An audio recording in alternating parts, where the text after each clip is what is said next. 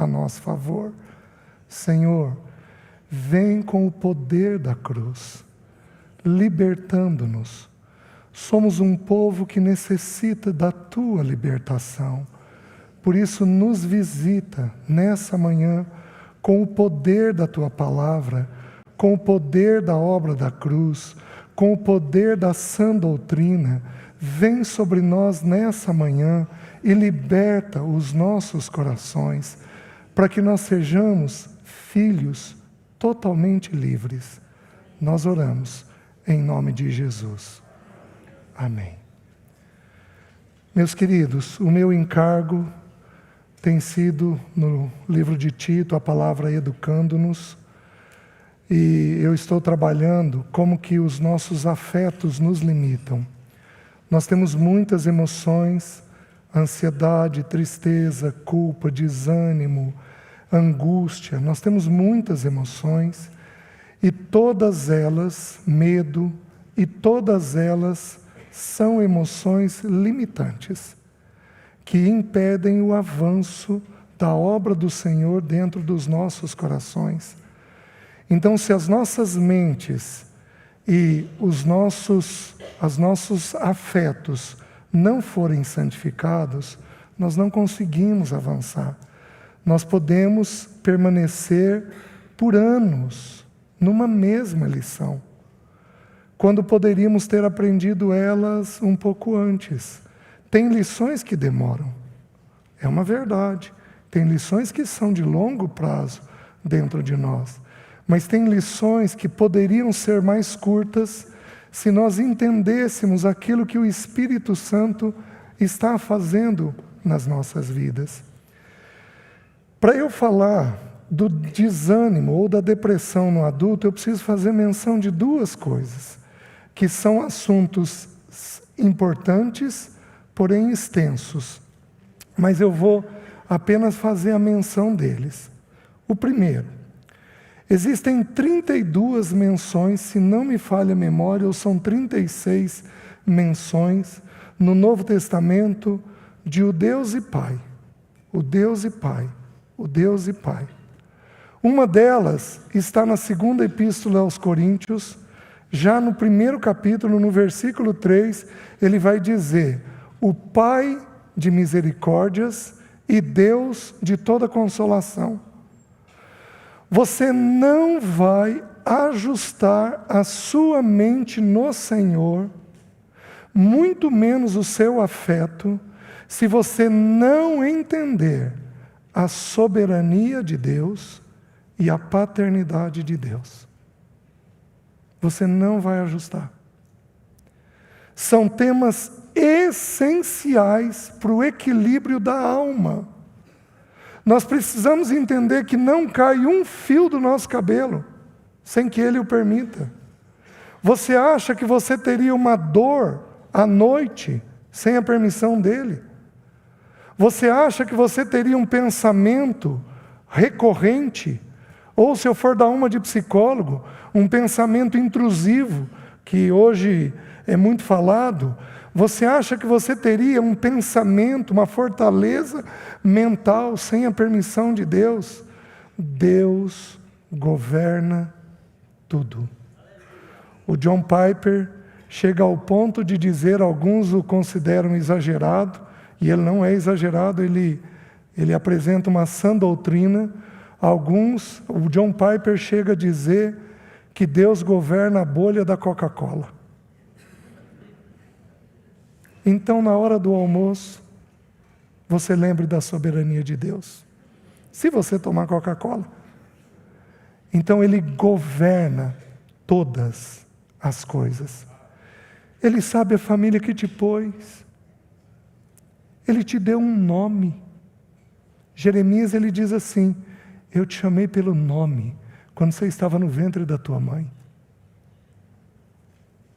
O Salmo 55 diz que Ele recolheu as tuas lágrimas no odre dEle. Porventuras não estão elas escritas no livro da vida? Ele escreve a nossa vida. Ele cuida de nós. Ele é um Deus soberano, que tem domínio de todas as coisas sobre o universo. E se isso não ficar instalado dentro de você com clareza, se o Espírito Santo de Deus não te visitar, te mostrando isso com muita clareza, meu querido, você tem desespero. Você tem completo desespero. Deus fez uma coisa curiosa comigo. Só eu sou convertido na minha família de origem. E o meu pai foi um homem ímpio, ele entregou a vida ao Senhor um pouquinho antes da morte dele, então morreu salvo, porém sem realidade. Mas o meu pai, eu tinha uns 6 anos de idade, ele chegou em casa, chamou minha mãe era bem branquinha, ele falou assim: nega, a partir de hoje nós não comemos enquanto nós não lermos um trecho da Bíblia. Então eu fui apresentado à Bíblia aos 6 anos de idade. Aos 5 anos eu fui apresentado numa vidraçaria um quadro de Noé.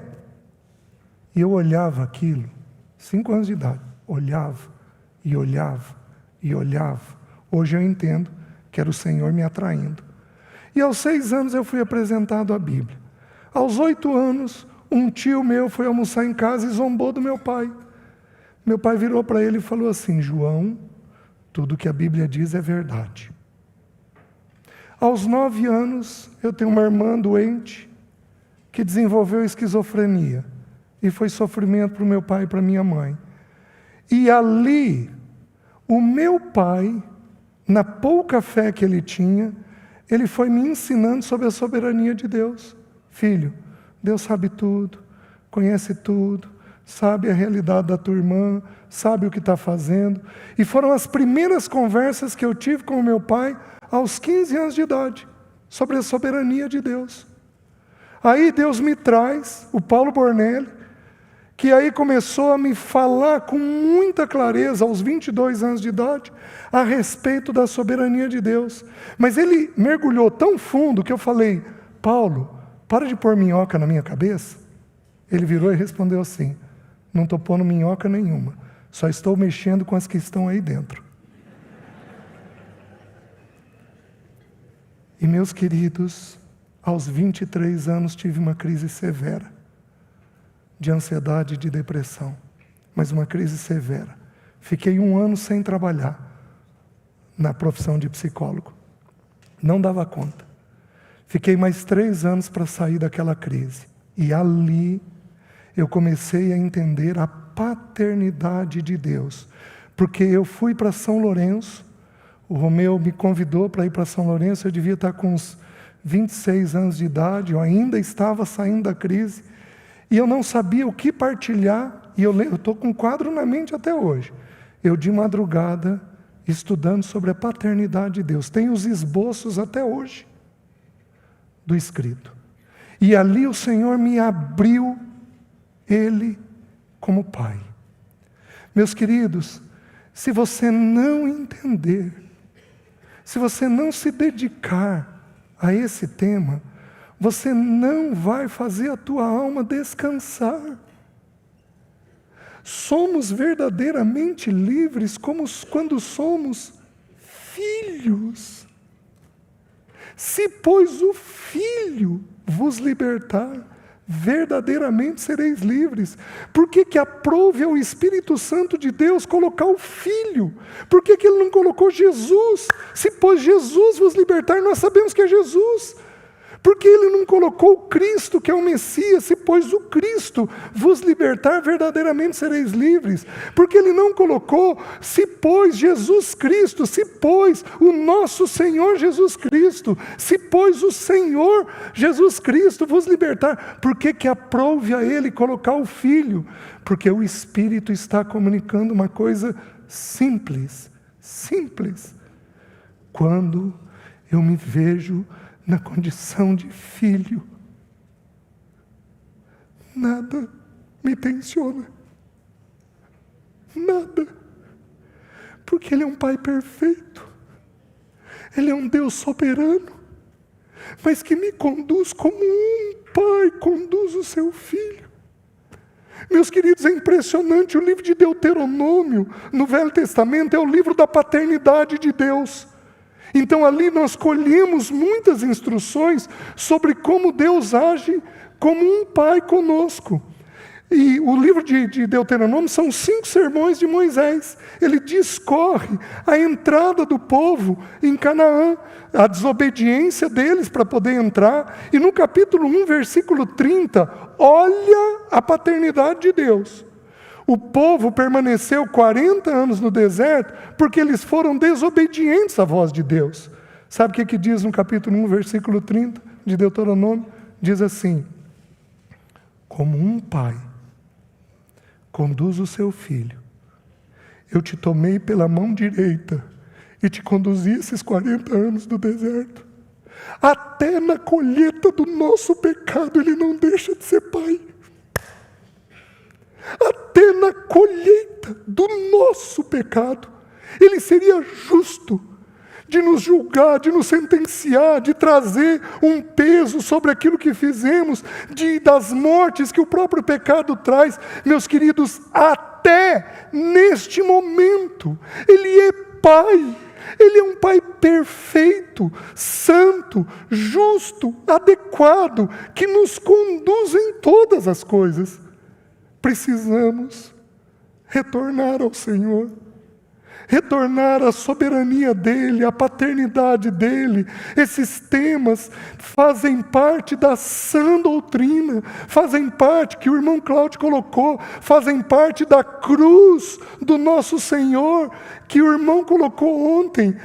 São temas essenciais para você encontrar descanso na alma humana. Tudo o que ocorreu com Jesus vai ocorrer com você, tudo. Na vida humana do Senhor, o que ocorreu com Ele, vai ocorrer com você. Ele foi desprezado e rejeitado, você vai ser. Ele foi desprezado pelos seus, veio para o que era seu, e os seus não receberam. Você vai ter pessoas da família de origem que vão te rejeitar. Ele passou por um batismo de arrependimento, nós vamos passar por muitos batismos de arrependimento, onde nós vamos ter que, constrangidos, arrependidos, pedir perdão a Deus, pedir perdão aos irmãos. Eu tive um ano aí, nesse processo que eu passei nos últimos anos, eu tive um ano que eu devo ter pedido perdão uma dúzia de vezes para os meus filhos, porque eu estava tão dolorido, que eu falei uma outra coisa indevida. Eu brinquei. Todas as vezes que eu pedi perdão, é porque eu brinquei com um assunto sério, que eu não podia ter brincado. Então todos nós vamos ter que passar por um batismo de arrependimento. Mas, meus queridos, no batismo de arrependimento, de acordo com Mateus 2,20, ele se pôs a orar. E quando ele orou, os céus foram abertos, e o Espírito Santo desceu sobre ele. E a voz do Pai disse o quê? Este é meu.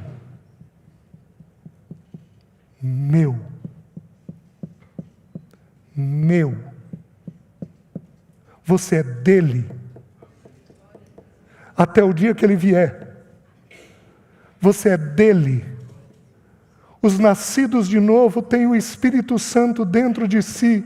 E esse Espírito é o penhor da nossa herança. Ele nunca será removido. Ele pode ser entristecido, ele pode ser apagado, mas ele não é removido. Nós precisamos, irmãos, entender que somos dele. Todo aquele que o Pai me dá, de forma alguma lançarei fora. Nós precisamos aprender a vê-lo nas situações da vida. Daqui a pouco eu vou abrir com os irmãos os textos que falam a respeito de desânimo. A grande maioria dos textos, com exceção de um, falam de circunstâncias externas. Então nós temos circunstâncias externas que agem sobre a nossa vida interna e nós simplesmente nos perdemos. Por quê? Porque não conseguimos ter o entendimento de que somos dele. Nada está fora do governo dele. Nada está fora do amor dele. Nada. Nada. Nada. Eu tenho tanta segurança nisso. mas tanta segurança, à medida que ele foi trabalhando os anos. Mas eu vou contar uma experiência onde eu fui questionado do amor de Deus. Está fazendo 5 anos que eu e a Alessi estivemos aqui. Foi em 2020. E naquele ano a Alessi adoeceu em junho e ela faleceu em agosto. E a Alessi, o câncer penetrou na medula óssea. A medula é a fábrica do sangue. Então, a medula sobrecarregou e a medula não conseguia produzir os elementos para o sangue. Então, tudo entrou em baixa. Então, ela sangrava, ela não conseguia respirar, porque me fugiu o nome, a propriedade que leva o oxigênio não existia. Então, ela começou 1 mês e meio.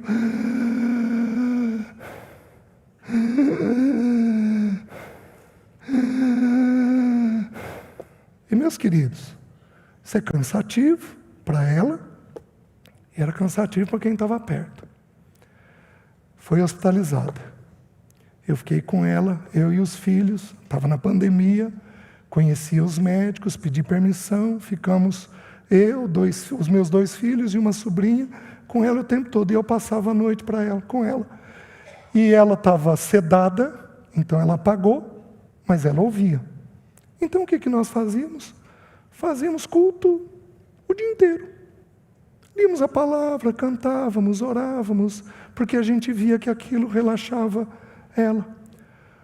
Uma madrugada, acentuou, e eu estava sozinho com ela, acentuou aquela respiração. E eu levantei e estava cantando para ela, não me lembro o que eu estava cantando, não consigo me lembrar. E eu fui tomado por pensamentos de incredulidade. Meus queridos, que coisa horrível. Enquanto eu cantava, minha mente brigava. Deus, ela te amou a vida inteira. Ela te serviu uma vida inteira. Deus, como é que ela morre desse jeito? Deus, ser misericordioso, faz alguma coisa. Como é que o Senhor pode ter amor numa realidade dessa? Faz ela passar para o Senhor essa noite. Isso era quinta-feira. Ela partiu para o Senhor no domingo. E, meus queridos, aquela luta interna, um sentimento horrível do desamor de Deus. E aí o Espírito me visitou. Sabe com o quê? Com um cântico infantil que eu não cantava há 20 anos. Sabe qual era o cântico? 3 palavrinhas só, eu aprendi de cor. Deus é amor. Tralalalalalalala. E eu cantei a música. E eu e ela fomos visitados pelo Senhor. Não tem momento que Ele não seja capaz de te visitar. Não tem momento que Ele não seja capaz de te visitar. Não tem. Ele é um Pai perfeito. Ele não é teu pai. Ele não sou eu. Ele não é o Mário como pai. Ele não é o Antoniel como pai. Ele não é o Cláudio, não é o Mac. Ele não é nenhum de nós. Por quê? Porque Ele é perfeito. Ele visita na hora certa, Ele fala na hora certa, Ele atende na hora certa, Ele socorre na hora certa, Ele cuida na hora certa, Ele tem amor para derramar ao teu coração. Por isso, quando nós olharmos os textos das situações externas que nos desanimam, nós temos que lembrar do Deus e Pai. Do Deus e Pai. Amém, meus irmãos? Primeiro ponto. Segundo ponto. Os manuais, qualquer psicólogo ou qualquer psiquiatra, separa. Tudo certo? Tá. Não, sem problema. Tá. Por favor, os irmãos que estão com os seguintes carros precisam retirar, colocar em outro estacionamento. É um Peugeot vermelho BBG 6834, Outlander preto PX5 7E 36.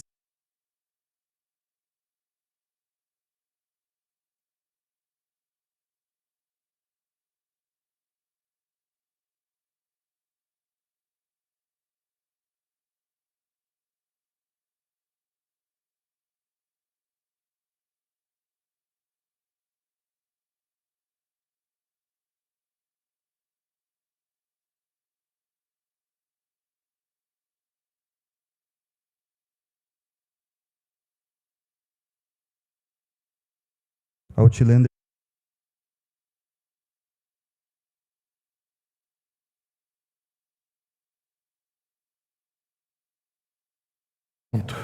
Existe.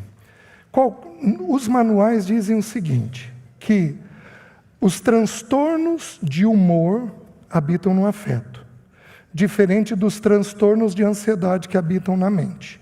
Então eles se separam. Lembra que a medicina ela tem que ser técnica. Então o que ela faz? Ela vai partindo as coisas e criando os sintomas devidos para cada coisa.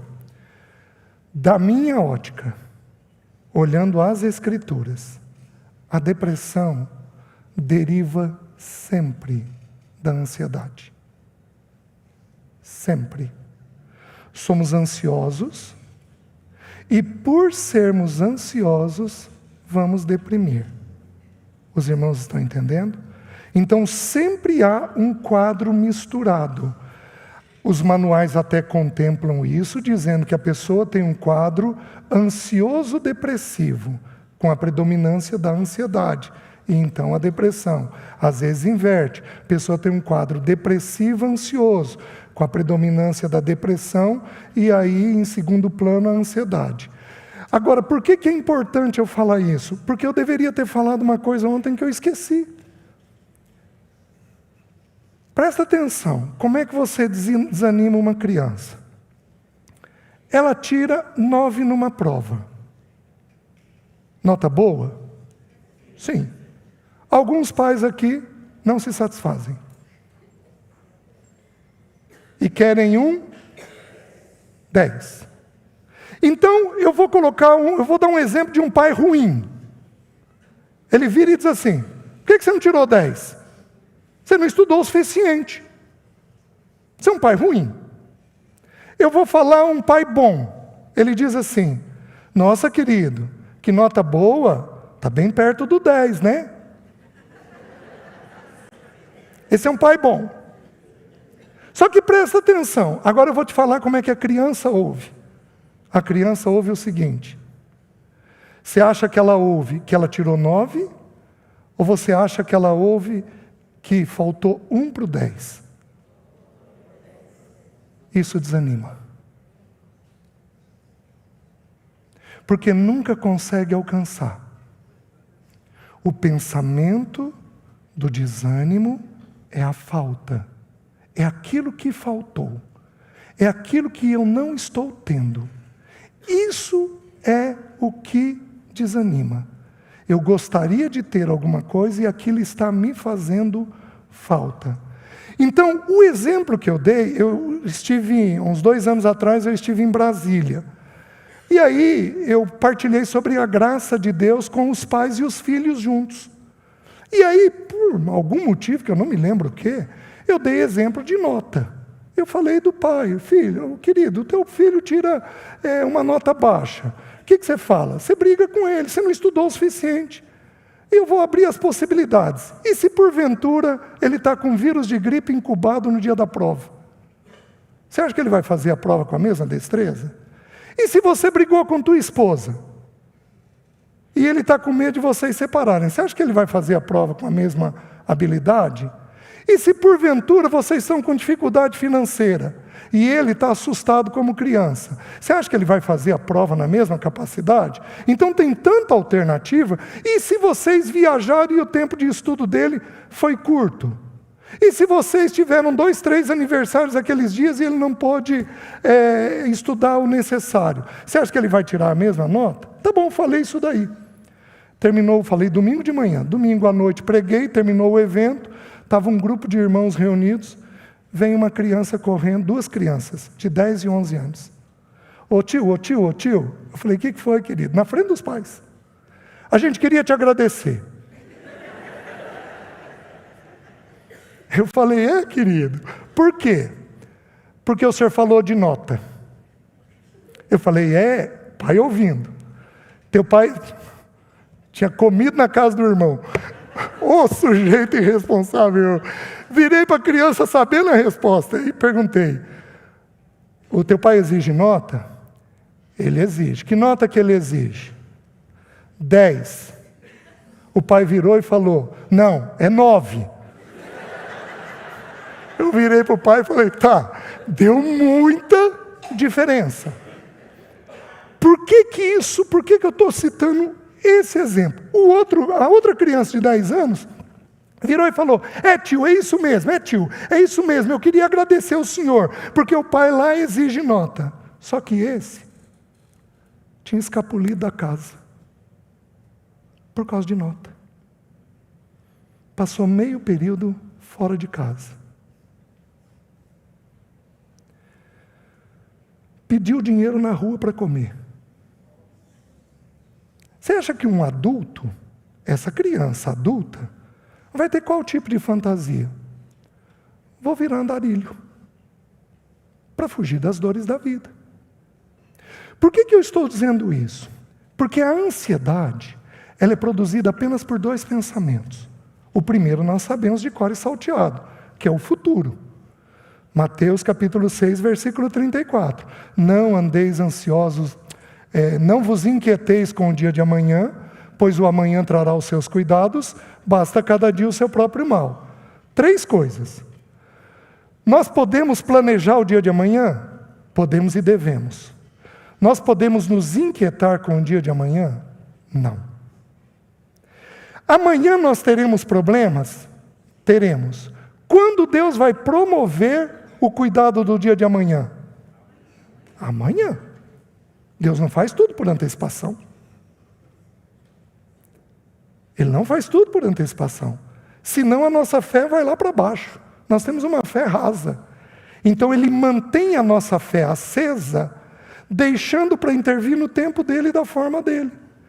E aí diz assim, basta cada dia o seu próprio mal. Ou seja, qual o pensamento que tem que ocupar a nossa mente? O pensamento do mal do dia. O mal do dia você suporta. O mal de amanhã você não suporta. Esse é o primeiro pensamento. Mas e o segundo? O segundo está oculto no texto. Porque no versículo 25 ou 26, deixa eu confirmar aqui, irmãos.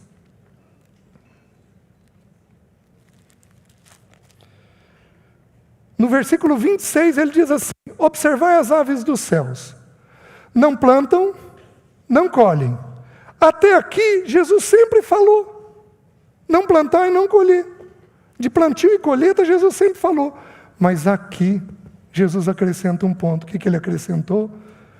Nem ajuntam em... Gente, é quase irônico falar de ave e ajuntar em celeiro. Por que o Senhor fez isso? Porque nós temos um problema ligado a desempenho. Desempenho. Nós queremos que as pessoas sejam isso, sejam aquilo, façam aquilo. Nós queremos que as pessoas desempenhem. Tem que ter título, tem que ter isso, tem que ter nota, tem que ter aquilo, tem que ir bem, tem que fazer certo, tem isso, tem aquilo outro. Meus queridos, a gente exige de nós e dos outros. E essa exigência promove o quê? Promove o pensamento da falta. Eu nunca consigo. E o que é pior, queridos, quando fazemos isso, nós estamos tendo o espírito de Caim. Por que eu digo que a gente está tendo um espírito de Caim? Porque a Caim, ele trouxe o melhor que ele produziu. Ele não entendeu que ele seria aceito pelo sangue de um animal. Como é que Abel entendeu e ele não? Quem que ensinou para Abel? Óbvio que foi Adão e Eva. Porque Deus matou um animal para cobrir a nudez deles. Então Caim entendeu pelos pais. Abel entendeu pelos pais. Por que Caim não entendeu? O meu braço, a minha força, o meu desempenho. Tem que fazer, tem que fazer, tem que fazer, tem que ser, tem que ser, tem que ser. Meus queridos, a graça de Deus nos leva a fazer, mas ela nos leva a fazer sem peso, sem cobrança. A gente, em geral, exige por religiosidade. Vocês estão entendendo? E se o teu filho tiver dificuldade com matemática? E se a verdade dele é que ele for 5 em matemática? E não 10. O que você vai fazer com essa verdade? Você vai pagar um professor particular para ele ser 6 e poder passar de ano. Mas qual é o problema se o teu filho tiver uma dificuldade com um tema da vida? Ou com uma luta na vida? Qual é a dificuldade disso, meus irmãos? Mas não. Nós exigimos. E aí, quando uma criança é muito exigida, quando na vida adulta ela se depara com situações estressantes, o que ocorre? Ela já está fadigada. Ela já está fadigada, porque ela foi exigida uma vida inteira já. Os irmãos conseguem entender o que está sendo dito? Então nós precisamos... César, então você está dizendo que não é para exigir do filho? Imagina! Claro que é para exigir. Nós vamos exigir o quê? O que Deus colocou dentro dele. Se ele for 5 em matemática, nós vamos esperar 5 em matemática. Se ele é 8 em português, nós vamos esperar 8 em português. Se ele tem facilidade com uma virtude, nós vamos ajudar ele com aquilo. Se ele tem dificuldade com um defeito, nós vamos ajudar ele naquilo. Nós vamos esperar aquilo que está dentro dele, aquilo que ele pode dar. 1 João 5:3, depois vocês dão uma olhada, diz assim: porque os seus mandamentos não são penosos. Meus queridos, aquilo que Deus espera de nós não é penoso. Mas aquilo que nós esperamos de nós, aquilo que nós esperamos dos nossos filhos, que Deus não espera, isso vai ser penoso. E isso com o tempo faz o quê? Desanima. Desanimou para o crescimento espiritual. Tudo bem? Falei as duas coisas que eu queria. Vamos dar uma olhadinha nos textos agora. A palavra que nós vamos estudar agora, ela é diferente da palavra que nós vimos em Colossenses 3:1. Como eu expliquei para os irmãos, Colossenses 3:1 é uma palavra mais branda para desânimo. Lá em Colossenses 3:1, a palavra significa o quê? É atumeu, que significa estar desanimado, abatido ou quebrado de espírito. Colossenses 3:1 é essa. Mas a palavra que nós vamos ver agora, que é ekakel no grego, significa estar completamente desanimado, estar exausto, estar esgotado, exausto. Sabe quando você faz um esforço físico que você fica muito esgotado e você não tem força para levantar e tomar banho? Essa é a ideia. Você vai tomar banho dali meia hora, porque você vai levantar e vai fazer. Mas você está tão exausto, você está tão esgotado, que você não tem força para fazer o movimento em direção às coisas. Vocês estão me entendendo? Desculpem eu colocar isso. No período de luto, foi 30 de agosto. A hora que deu 1º de setembro, eu passei 32 dias na cama. Levantava para ir trabalhar, mas não conseguia levantar para ter meu tempo com o Senhor. Eu acordo muito cedo, tenho meu tempo com o Senhor, exercito. 32 dias. Início de janeiro passou. Fevereiro, outros 32 dias. Passou. Junho, 16 dias. Então, a situação externa me desanimou, me abateu.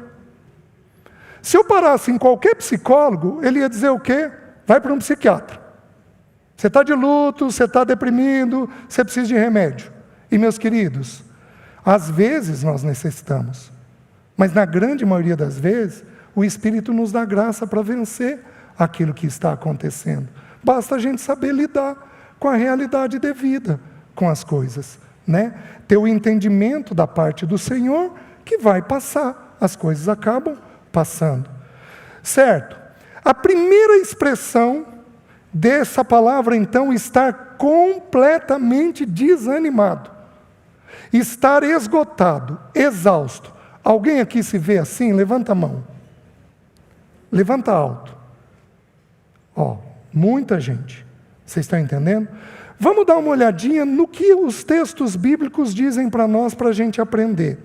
Primeira vez que essa palavra aparece no Novo Testamento, Lucas 18, versículo 1. Olha o que diz o texto bíblico.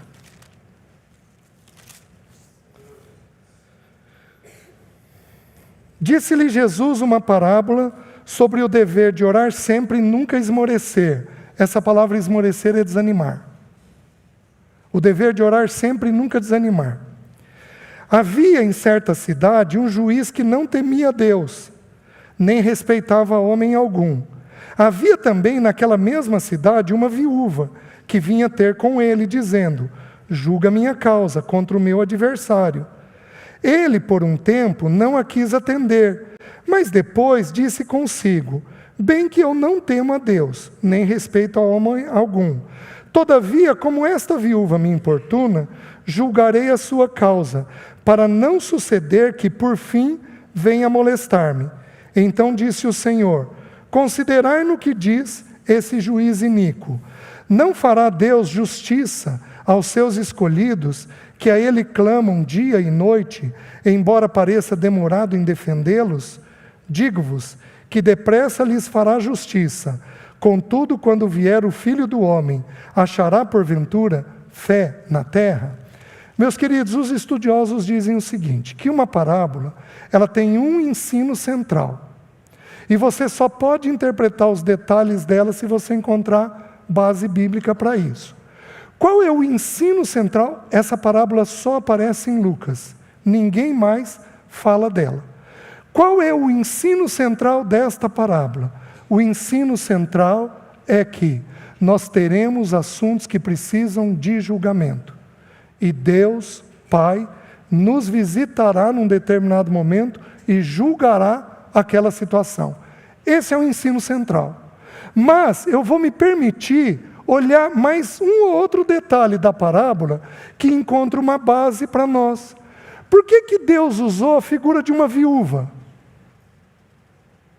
Porque uma viúva, nas Escrituras, tem o sentido do desamparo.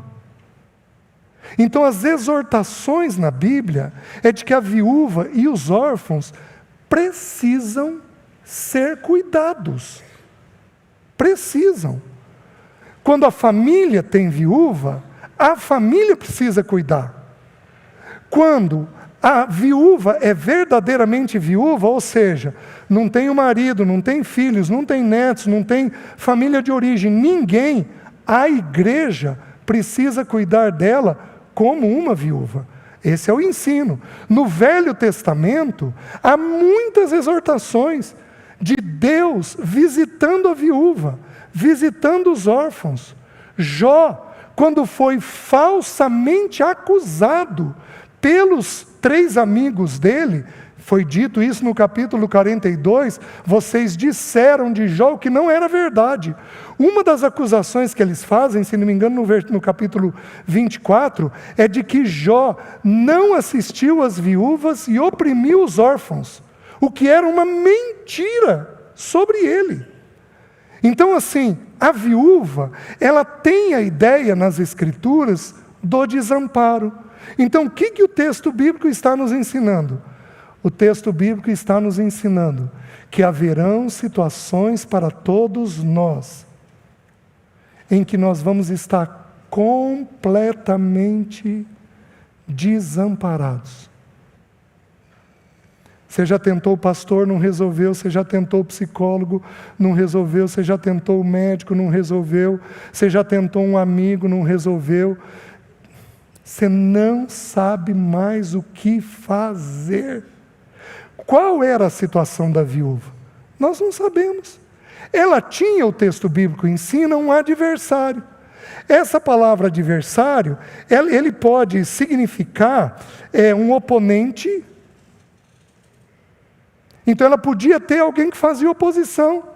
Presta atenção. Tem pessoas que não gostam de você. Preste atenção. Tem pessoas que não gostam de você. Como o Senhor Jesus teve pessoas que não gostaram dele. Presta atenção. Tem muitas pessoas que não gostam do Filho de Deus habitando em você. Tem pessoas que não gostam de nós porque nós fizemos coisas erradas contra eles. Mas tem pessoas que não gostam de nós sem nós termos feito absolutamente nada. A mesma coisa houve com o nosso Senhor Jesus. Todos nós teremos oponentes. Pode ser que essa viúva tivesse um oponente, mas o texto também diz que pode ser um oponente em caso de lei. Ou seja, não é apenas um oponente, mas levou aquela viúva num tribunal. Você pode ser acusado injustamente. Qualquer um de nós pode, meus queridos, ser acusado injustamente.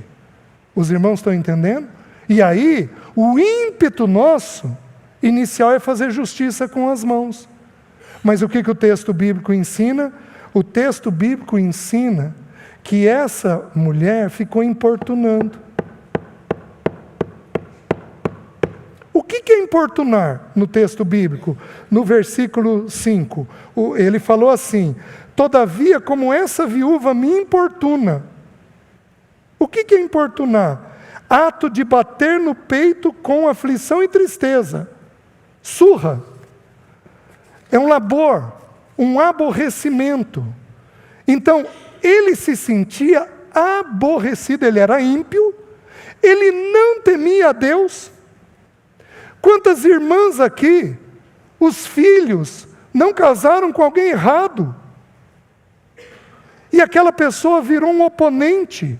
Vocês lembram de Rebeca e Isaac? Lembra que Esaú tomou mulheres cananeias que foram amargura para os pais.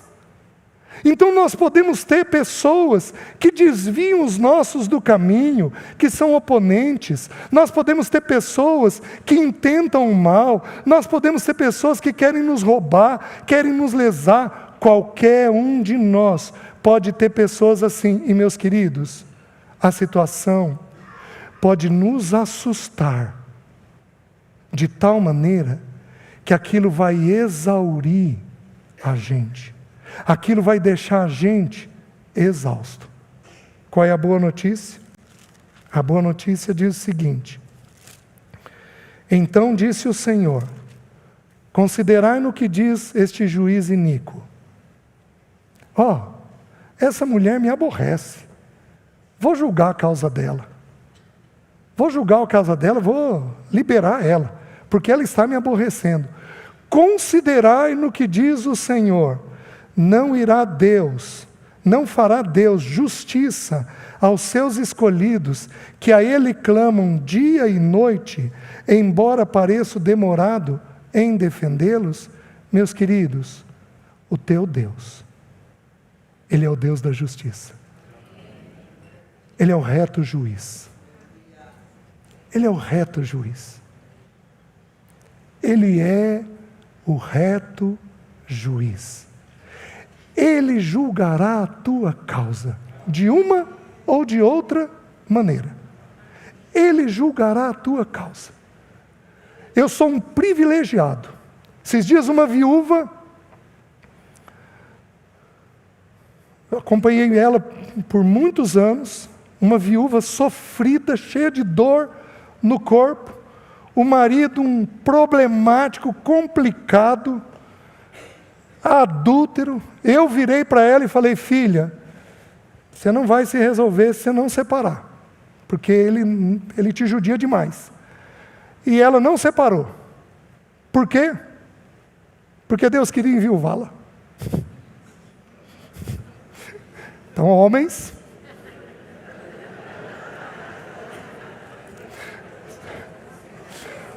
um dos primeiros encontros que eu fui foi um encontro de mulheres. Tinha 500 mulheres no auditório. Eu e uma outra psicóloga falando. A psicóloga, no meio de uma mensagem, virou e falou assim: irmãs, quem aqui já teve a fantasia de se separar? Meia dúzia de mulher, no meio de 500. Aí ela virou e perguntou assim: quem já teve a fantasia de enviuvar? A mulherada toda.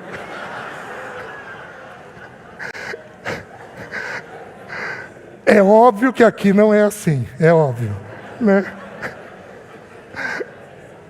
O fato é que a morte resolve muita coisa, né?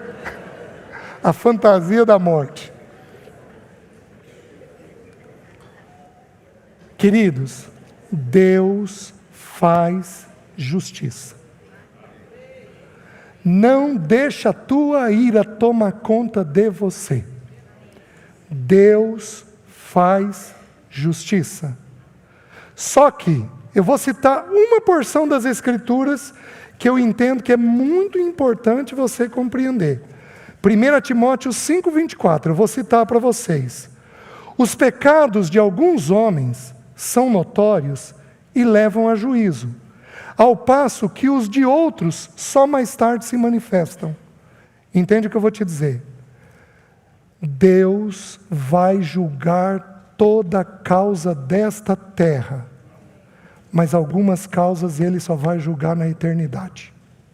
Vou te dar um exemplo bíblico. João Batista foi preso. Ele foi preso de forma justa ou injusta?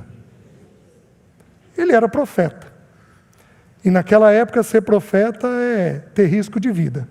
Então ele teve risco de morte. Ele teve risco de morte e ele foi decapitado por uma dança de uma menina e por uma mulher adúltera. Ele foi decapitado por causa disso daí. Mas, quem que é Senhor de vivos e mortos? Quem matou João Batista?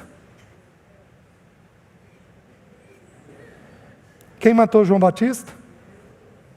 Deus. Presta atenção. Nós nascemos com prazo de validade, porque o dia da nossa morte foi escrito no ventre da nossa mãe. Quando Isabel engravidou, o dia da morte de João Batista estava escrito, porque Deus é o único que é Senhor de vivos e mortos. Ah, mas César, o diabo mata, porque ele veio para roubar, matar e destruir. É uma verdade, ele mata, mas para matar ele tem que pedir permissão para o Senhor, porque ele não é Senhor de vivos e mortos. Você está entendendo? Certo. A causa dele é uma causa que vai ser julgada na eternidade. Então nós temos que ter um coração tranquilo, que Deus manifesta alguns pecados aqui, nessa vida, esses pecados são notórios, mas outros, porém, só mais tarde que se manifestarão. Então a nossa segurança não está colocada no julgamento, a nossa segurança está colocada no juiz. O Spurgeon tem uma frase que diz assim: quando sabemos quem, não perguntamos por quê. Porque a nossa segurança está colocada na pessoa de Deus. O fato é o seguinte: alguns de nós têm causas aqui dificílimas de serem resolvidas. Dificílimas. E se essa situação estica, fica mais complicado ainda. Existe uma porção no Salmo 118 que diz assim: melhor é confiar no Senhor do que confiar nos príncipes. Melhor é confiar no Senhor do que confiar nos homens. Ele é um reto juiz. Então, você pode ter situações em que você desespera. Meus queridos, algumas das irmãs especialmente, que estão na condição de viúva, o tempo todo procuram os líderes. Meu irmão, meu irmão, meu irmão, meu irmão, meu irmão. Olha meu filho, olha meu filho, olha meu filho. A vez em que o Senhor disse: ó geração incrédula, até quando estarei convosco? Sabe quando foi? Quando ele desceu do monte da transfiguração e tinha um filho possesso e um pai desesperado. Ele vira para o Senhor e diz: Senhor, eu trouxe para os teus discípulos, mas eles não puderam expulsar o demônio. E aí o Senhor brada: ó geração incrédula, para crer tudo que os profetas falaram. E aí ele usa essa expressão da fé. Por quê? Porque faltou fé nos discípulos para poder expulsar aquele demônio. E o Senhor então diz uma coisa simples, descrita em Lucas. Diz assim: traze-me teu filho. Alguns de nós aqui temos sofrimentos profundos por causa dos nossos filhos. Profundo.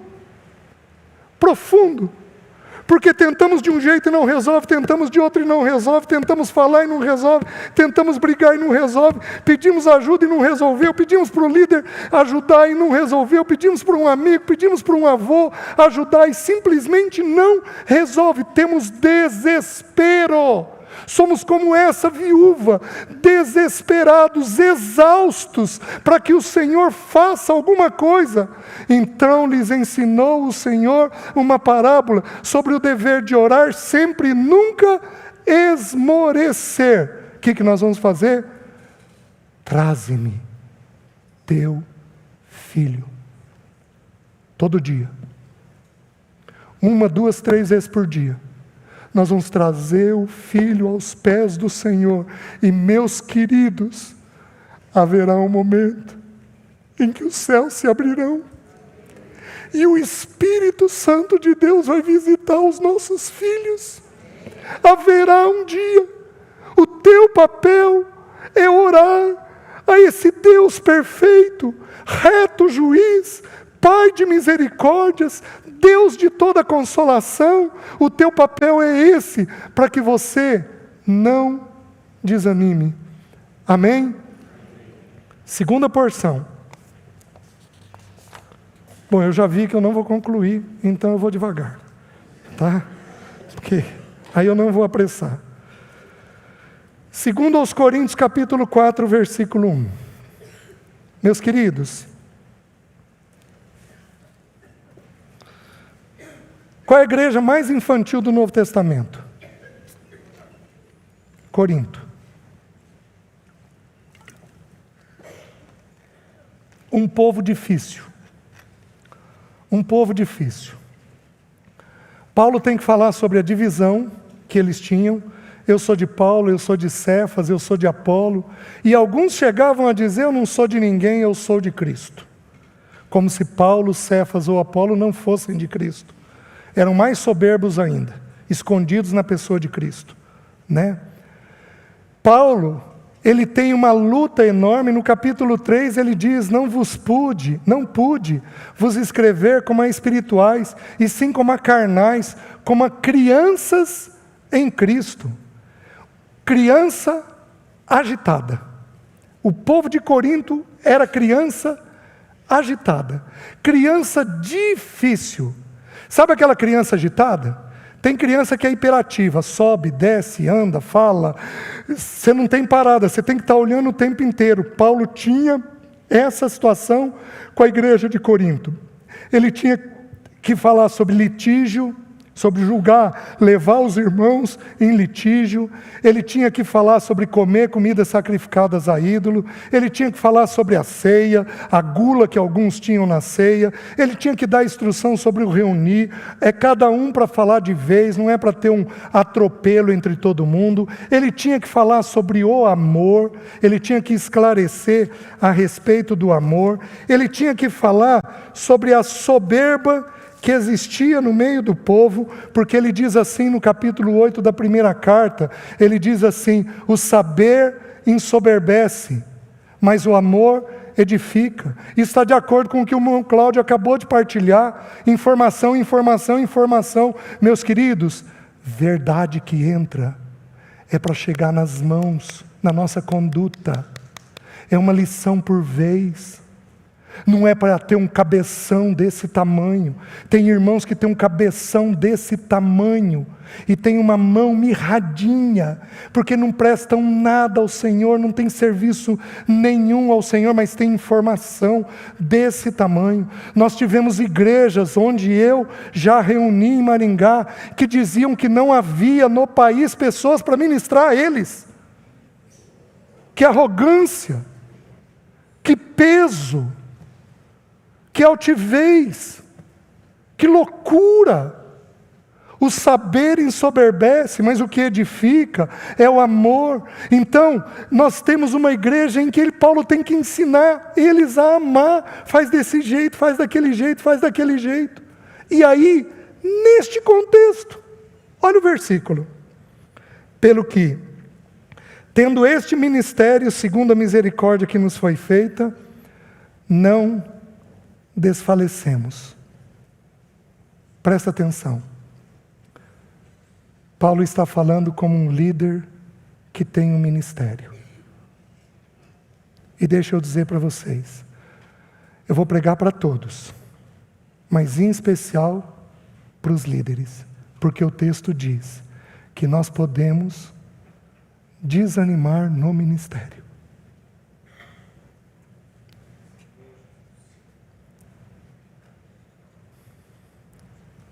Meus irmãos,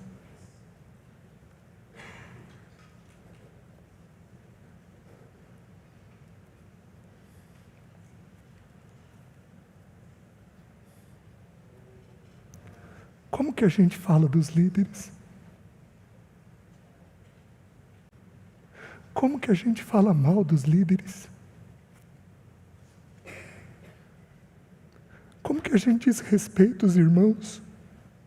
Onde é que nós estamos com a cabeça? A Bíblia diz assim: lembrai-vos dos vossos guias. Eles são para ser lembrados em oração, porque eles velam pela nossa alma, de acordo com Tessalonicenses.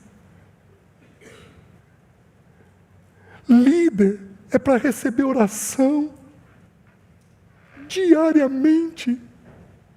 Meus queridos, eu me sinto completamente livre, porque eu estou num momento em que o meu serviço ao Senhor é viajar e ministrar e atender os irmãos. Esse é o meu serviço ao Senhor. Eu não estou como presbítero, eu não estou servindo ao Senhor como presbítero, mas você tem noção de quantas vezes eu parei no hospital quando eu estava como presbítero? Teve uma vez que eu parei no hospital sempre com a pressão alterada. Teve uma vez que eu parei no hospital por causa da igreja. O meu corpo tremia inteiro. O médico ficou assustado.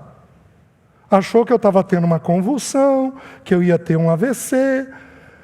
Uma vez parei no cardiologista com a pressão a 22/16.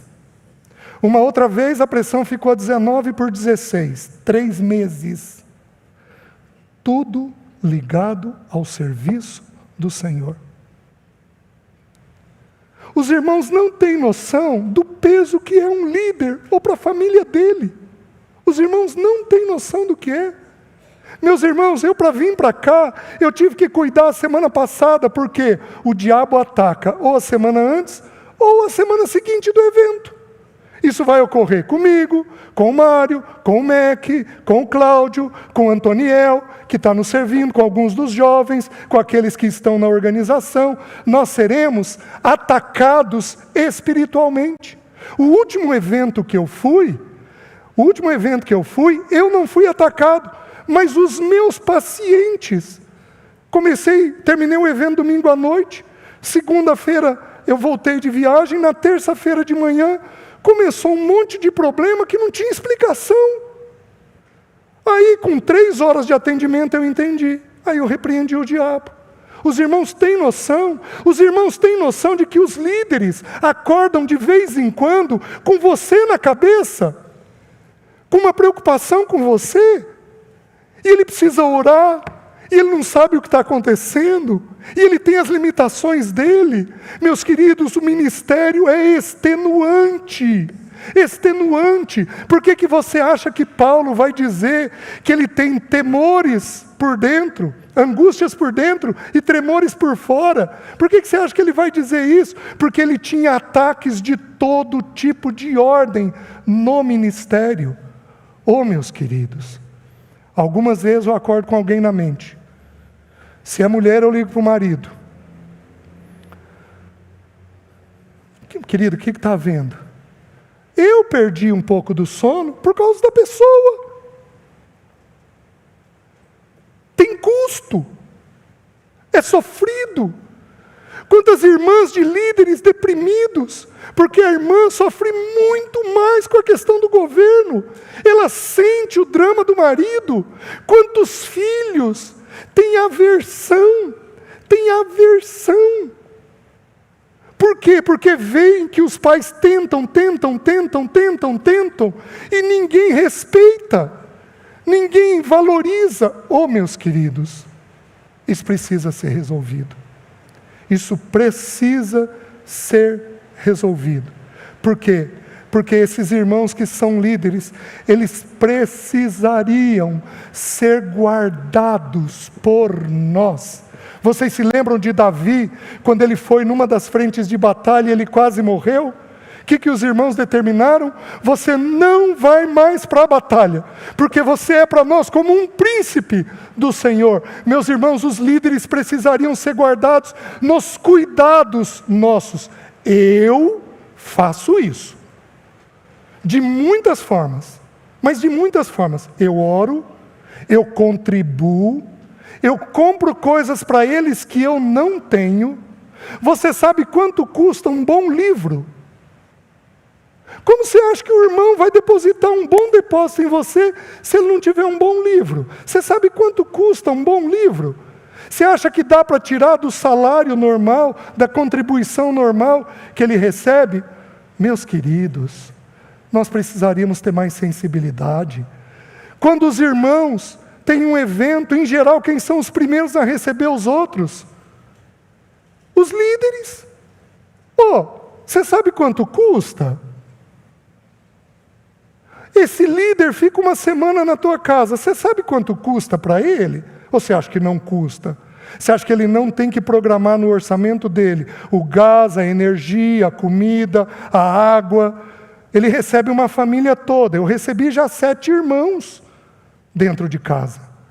Você acha que não custa para ele? Meus irmãos, nós precisaríamos ser um bálsamo para os nossos líderes. Nós precisaríamos ser um bálsamo para os nossos líderes, porque eles velam por nós, eles oram por nós, eles se dedicam ao Senhor por nós, e eles são tão pecadores quanto nós. Ou você se acha melhor que ele? Eu digo com toda a autoridade, daqui a pouco eu vou embora. Estou numa paz. Paulo chega a dizer, seria muito recolhermos os bens materiais quando nós vos damos os bens espirituais. Meu querido, o que é maior? O bem material ou o bem espiritual? Oh, meus queridos. E líder, o texto está dizendo, por isso, não desanimamos. O ministério é extenuante, é esgotante, mas eu preciso que você decore primeiro a João 5,3. Os meus mandamentos não são penosos. Algumas das esposas dos líderes e dos filhos estão esgotados. Por quê? E alguns dos líderes estão esgotados por quê? Eu vou usar a própria epístola de Paulo aos Coríntios. No capítulo 10, abra lá por favor, 2 aos Coríntios, capítulo 10, versículo 13 e 14. Diz assim: Nós, porém, não nos gloriaremos sem medida, mas respeitamos os limites da esfera de ação que Deus nos demarcou e que se estende até vós, porque não ultrapassamos nós os nossos limites, como se não devêssemos chegar até vós, posto que já chegamos até vós com o Evangelho de Cristo. Meus queridos, minhas irmãs, esposas de líderes, os líderes aqui presentes, presta atenção no que eu vou te dizer. Alguns de nós desanimamos porque nós assumimos tarefas que Deus não tem para nós. Aí não tem jeito. Porque o que não pesa é dentro do limite dele. O que está no escopo que ele criou, no limite que ele criou, ele derrama graça. Mas se você assumir uma tarefa que ele não deu, você não vai dar conta. Eu vou dar uma experiência minha de muitos anos atrás. Talvez aí cerca de 30 anos atrás, talvez menos, 25 anos atrás. Eu estava bem resolvido no Senhor, caminhando muito bem, todos os pecados confessados, tudo em ordem na vida. De repente comecei a ficar triste. E aí fui tomado, eu sou muito sensível. E aí eu fui tomado por tristeza. E aquela tristeza não resolvia. E sentei no casamento, conversei para ver o que era, o que não era, não achei nada de errado dentro de mim. De repente o Espírito Santo deu uma clareza. Eu estava atendendo mais suicidas do que eu dava conta. Suicida é muito cansativo de atender, porque você tem que ficar em atenção com ele o tempo todo. E aí, eu estava atendendo mais do que eu dava conta. E aí eu comecei a ter tristeza. Aqueles líderes aqui que aconselham, presta atenção, aconselhar é um tubo de 1 polegada sugando energia. Assim como uma pregação ungida, você sai extenuado dela. Não é fácil. Meus irmãos, sabe o que os estudiosos dizem? Você sabe quantas horas você precisa de estudo para 1 hora de pregação? Nos irmãos que eu leio, são 8 horas de estudo. Ou seja, o irmão Mac vai partilhar 5 mensagens. Ele vai partilhar 5 mensagens de 1h15. Ele vai partilhar 6 horas. 6 vezes 8, 48. O irmão Mac precisou estudar 48 horas para estar aqui. Eu estou desconsiderando o tempo de jejum e de oração, de jejum e de consagração para estar aqui. Ou seja, ele teve que tirar 2 semanas da vida dele, de trabalho, para esse momento conosco. Isso é extenuante.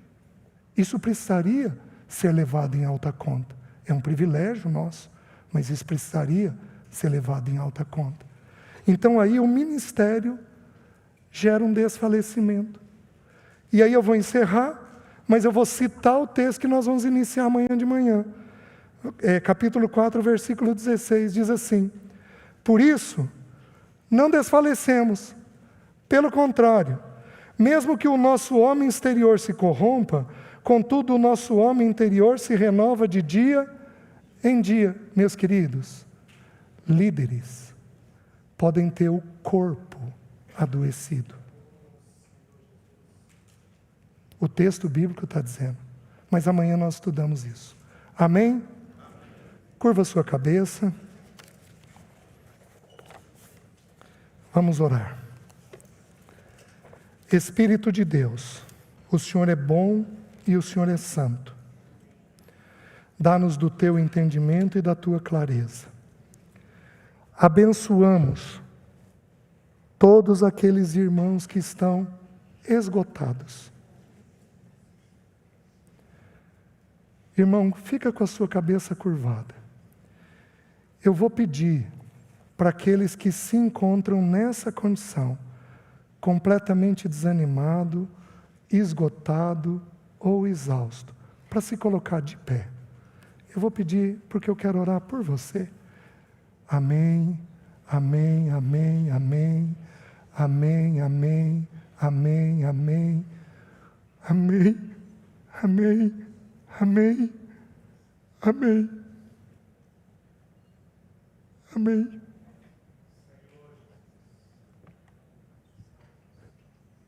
Senhor, naquela cruz o Senhor levou o nosso esgotamento. Visita os meus irmãos. Visita os meus irmãos.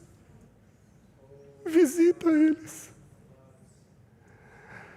Tira a exaustão, tira o sofrimento. Ajuda os meus irmãos a verem o Senhor. Visita-os mediante o teu poder. Visita-os mediante o teu poder. Só o Senhor é capaz de tirar esse esgotamento e essa exaustão. E só o Senhor é capaz de tocar nos olhos e nos ouvidos desses irmãos, para que eles vejam o Senhor. Só o Senhor. Faz justiça a todos aqueles que estão sendo injustiçados. Faz justiça e visita esses irmãos, para que o teu bom nome seja glorificado. Nós oramos em nome de Jesus. Amém. Amém, irmãos.